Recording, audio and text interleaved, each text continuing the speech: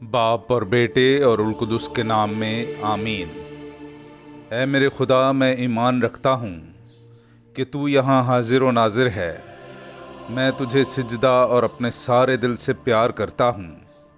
تو نے مجھے نیست سے پیدا کیا، اپنے بیٹے کی موت سے چھڑایا، اپنے روح القدس کے فضل سے پاک کیا۔ تو نے گزری رات مجھ کو سلامت رکھا اور آج کا دن مجھے بخشا ہے۔ ان اور سب باقی نعمتوں کے لیے جو تو نے مجھے بخشی ہیں، میں فروتنی سے تیرا شکر کرتا ہوں۔ میں اپنے سب خیالات، باتیں، کام اور دکھ تیرے حضور پیش کرتا ہوں۔ مجھے اپنا فضل بخش تاکہ میں تجھے ناراض نہ کروں، بلکہ سب طرح سے آج تیری پاک مرضی بجا لاؤں۔ آمین۔ اگر تم میرے ساتھ قائم نہیں رہتے تو تم قائم نہ رہو گے۔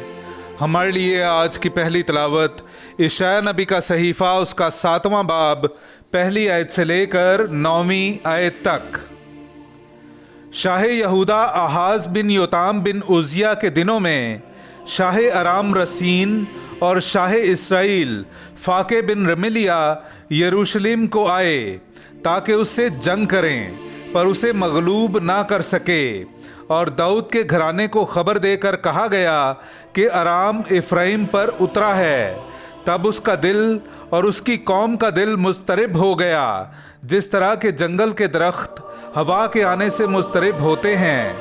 اور خداوند نے اشعیاء سے کہا کہ تو اور تیرا بیٹا شعر یاشوب اوپر کے تالاب کی نالی کے پرلے سرے پر جو کساروں کے کھیت کی راہ میں ہے، آحاز کی ملاقات کے لیے باہر نکلو اور اس سے کہہ کہ خبردار رہ، حوصلہ رکھ اور نہ ڈر، اور ان جلتی ہوئی اور دھواں دیتی ہوئی 2 لکڑیوں کی دموں سے نہ گھبرا، کیونکہ ارام تیرے خلاف بدی کا قصد کر کے کہتا ہے کہ آؤ ہم یہودا کو جائیں اور اس پر حملہ کریں اور اسے مطیع کر لیں اور طبیل کے بیٹے کو اس پر بادشاہ بنائیں۔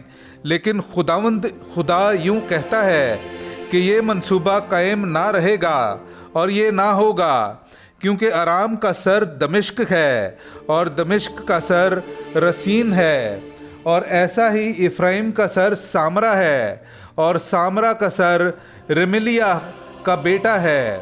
اور اگر تم یقین نہ لاؤ گے تو تم قائم نہ رہو گے۔ پاک کلام کا پڑھا اور سنا جانا ہم سب کے لیے باعث برکت ہو۔ خدا کا شکر ہو۔ خدا اس کے شہر کو ابد تک برقرار رکھتا ہے۔ میرے عزیزوئی، ہم خداوند اپنے خدا کی حمد و تعریف کریں۔ میں آپ کے سامنے پڑھوں گا زبور نمبر 48، اس کی پہلی آیت سے لے کر 8ویں آیت تک۔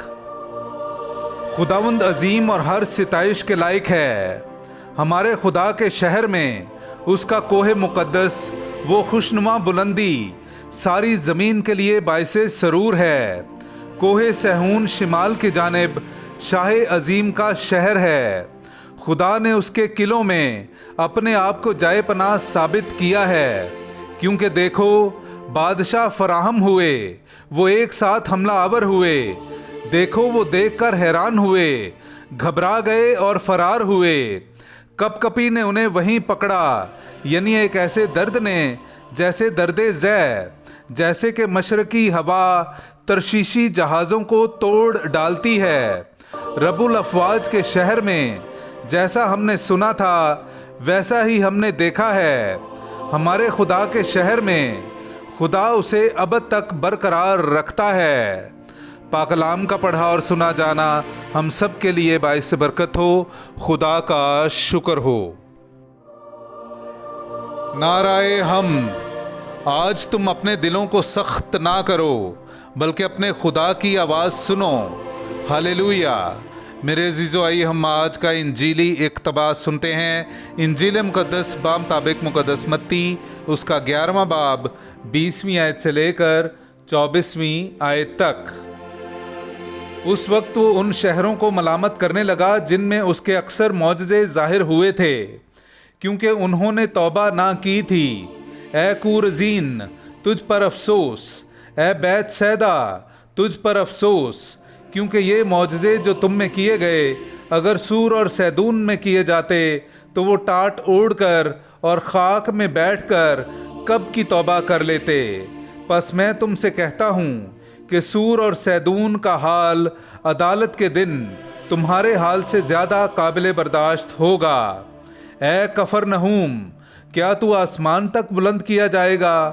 تو عالم اسفل تک اترے گا، کیونکہ یہ معجزے جو تجھ میں کیے گئے اگر سدوم میں کیے جاتے تو وہ آج تک قائم رہتا۔ لیکن میں تم سے کہتا ہوں کہ عدالت کے دن سدوم کے ملک کا حال تیرے حال سے زیادہ قابل برداشت ہوگا۔ پاک کلام کا پڑھا اور سنا جانا ہم سب کے لیے باعث برکت ہو۔ خدا کا شکر ہو۔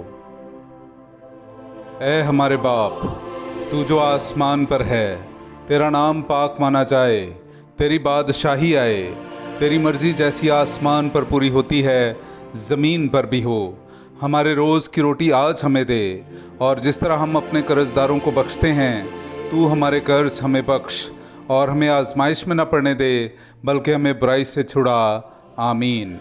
سلام اے مریم پرفضل، خداوند تیرے ساتھ ہے، تو عورتوں میں مبارک ہے، اور مبارک ہے تیرے پیٹ کا پھل یسوع۔ اے مقدسہ مریم خدا کی ماں، ہم گناہ گاروں کے واسطے دعا کر، اب اور ہماری موت کے وقت۔ آمین۔ جلال باپ اور بیٹے اور روح القدس کا ہو، جیسا کہ ابتدا میں تھا، اب ہے اور ہمیشہ ہوگا۔ آمین۔ اے مہربان یسوع، میرے گناہ مجھے معاف کر، مجھے دوزخ کی آگ سے بچا، تمام روحوں کو آسمان کی طرف کھینچ، خاص کر ان کو جو تیرے رحم اور کرم کے زیادہ محتاج ہیں۔ آمین۔